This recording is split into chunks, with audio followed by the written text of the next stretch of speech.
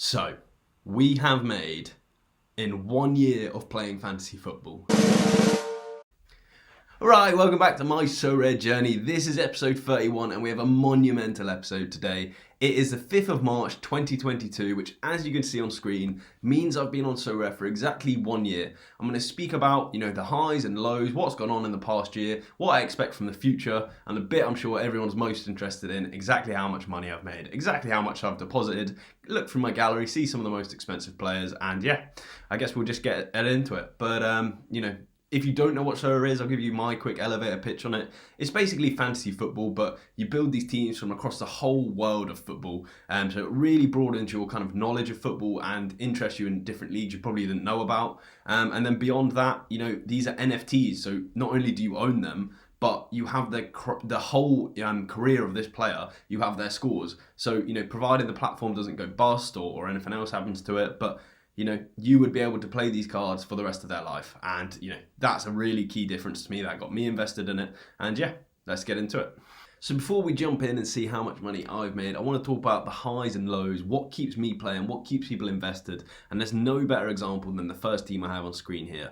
This is, my team for this weekend. You play twice a week, and basically I have built this team from across the world of football. We've got two people from the Argentinian League, we've got someone from the Austrian Bundesliga, Russian Premier League, and the Belgian Pro League. So, you have to have a broad knowledge, right? And you've put that all together into one team, and it basically gives you a chance to win like £400 or £500 a week. And then on top of that, you also have, the chance to win cards, which are worth up to like £2,000 or £3,000 at this stage, and that's just in this league. The most expensive card went for over £500,000 sterling, which is obviously ridiculous. It's well out of my budget, and it's not something you can just come and win. You can't win £500,000 unless you put in, probably £500,000 yourself or 1,000. But it's building these football teams from across the world, watching them play. We've got someone like Julian Alvarez here. He's absolutely smashing it at River Plate. He's already signed a pre-contract with Man City. So it's like, do you hold on to him, see when his price goes up, and see if he can perform in the Premier League and become, one of the best players in world football, and then reap the rewards of that? Or do you sell now while he's, scoring consistently and avoid, Pep's dire roulette system, and he's just going to put, scores off the bench for you? Yeah, really interesting dynamic. And then on top of that, you've got this whole kind of, I knew this player before you, I was studying them. There's an under 23s league, which we'll get to eventually. But these are just some of my other teams who, you probably don't know that many of them. And then you get down to the bottom here and you can see my champion Europe team. So they even have the top pinnacle of football. Here I've put Messi and Neymar in the same team, mixed with a couple of up-and-comers with Orlean and Jules Koundé. You've probably seen linked to, Man United and Chelsea. And then we got Bono, nice and consistent, always keeping those clean sheets for Sevilla. It's a load of fun. And then, this was the under-23s team I'm talking about. So you've got someone like Brandon Aronson. He's come from the MLS. He's in the Austrian Bundesliga. He's about one step away from being one of those really top-tier players. Sven Botman's had an unbelievable season, a couple of seasons actually at Lille. He's definitely ready to make that next stage of his ready to make that next jump in his career in the next summer transfer window.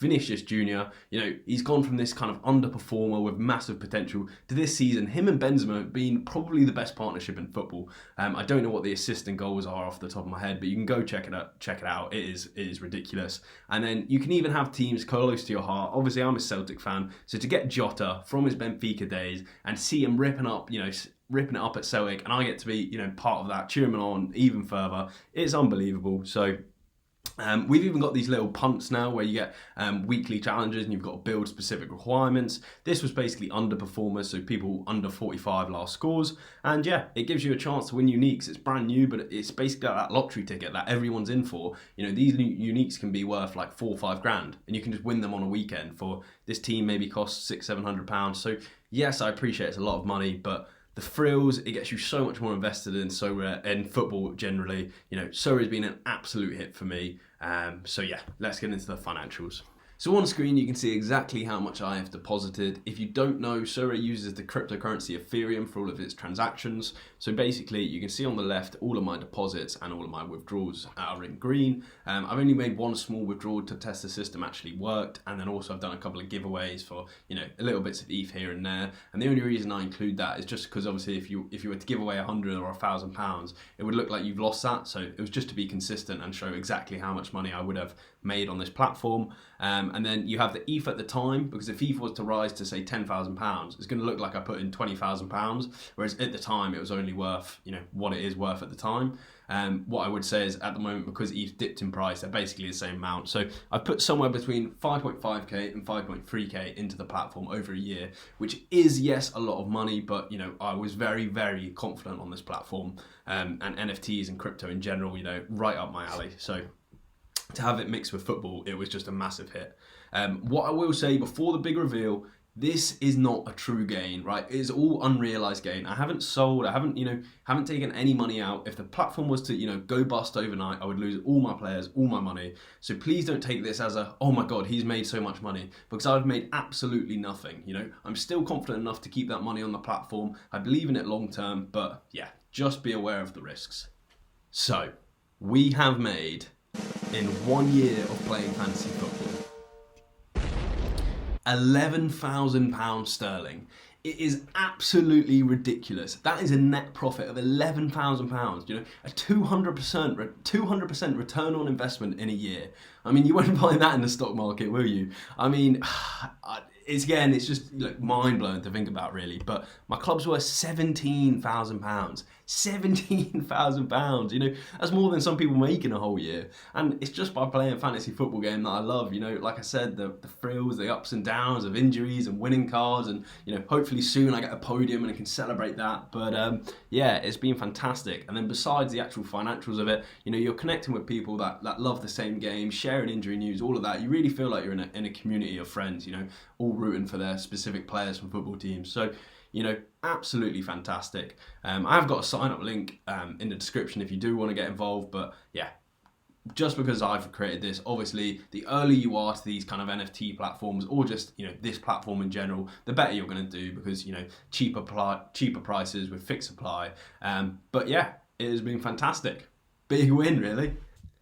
Alright, so let's talk about some key pivotal moments on my Sorare journey. I think what I want to say firstly is I joined at possibly the worst time, right? It was called the Gary V boom. He'd suggested to everyone, let's go and play Sorare, it's a really good platform, and prices absolutely skyrocketed. I knew that, and a lot of people also knew that and said, I'm not going to join now, I'll join in 3-4 months. But the problem with that, you might never join in 3 or 4 months, you'll probably forget about it. I thought it's better to join now, take the loss, and learn as much as I could. That's exactly what I've done. So now I'm in the position where I feel, I have a lot better knowledge. I've never claimed to be, a football expert, and I know loads about this and loads about that.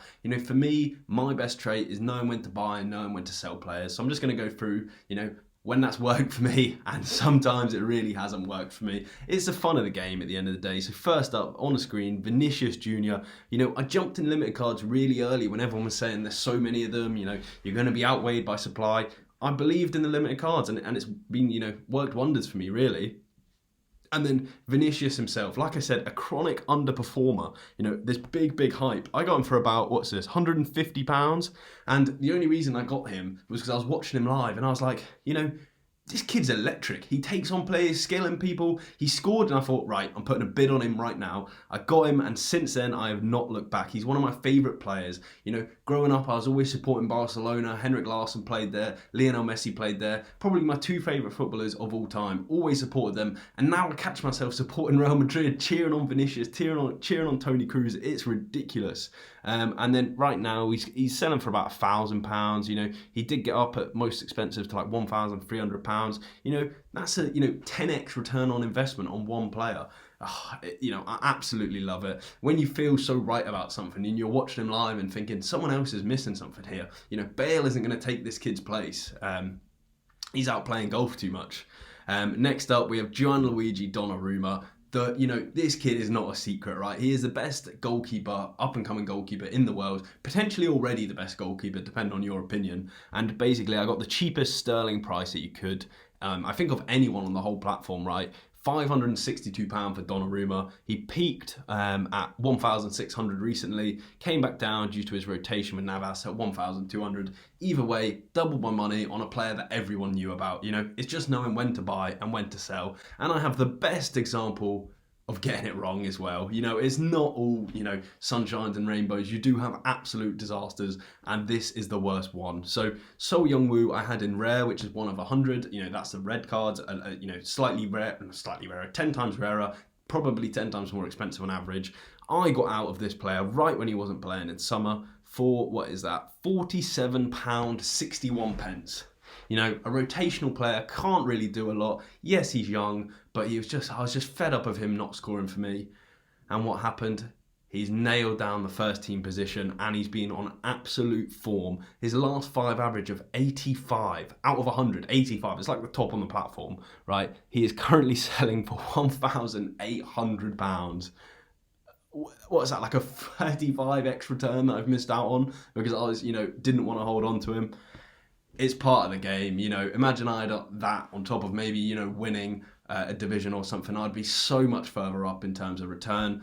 But it's not all about return. The year I had on the platform was so unbelievably fun. You know, I can't even begin to explain how every weekend, even midweeks, I had something to look forward to. You know, setting teams and can't wait to set your next team. It is fantastic. So if you are interested in football, it will definitely improve, you know, kind of what you think. I have a sign up link in the description if you want to join. I will get paid from it, so full disclaimer on that. But, you know, be you know, careful of the risk on this platform. It is a new platform, and personally I'm looking to take some money out, and the reason for that is just I've got a little bit less confident in the team. You know, through summer, you know, I was 10 out of 10 on the team, I was 10 out of 10 on the project. In my mind, nothing could go wrong. Of course I know the risks, and you know, I was willing to lose all the money I put in, and I still am.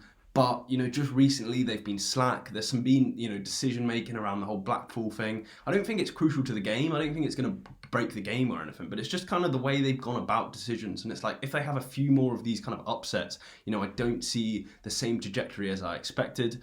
And then on the flip side, you know, there's only one project that can get the Premier League. The Premier League is going to be massive for NFTs, you know, particularly in football. It's going to onboard a load of new users. You know, a lot of Sorare fans think, you know, it's guaranteed Sorare get the Premier League.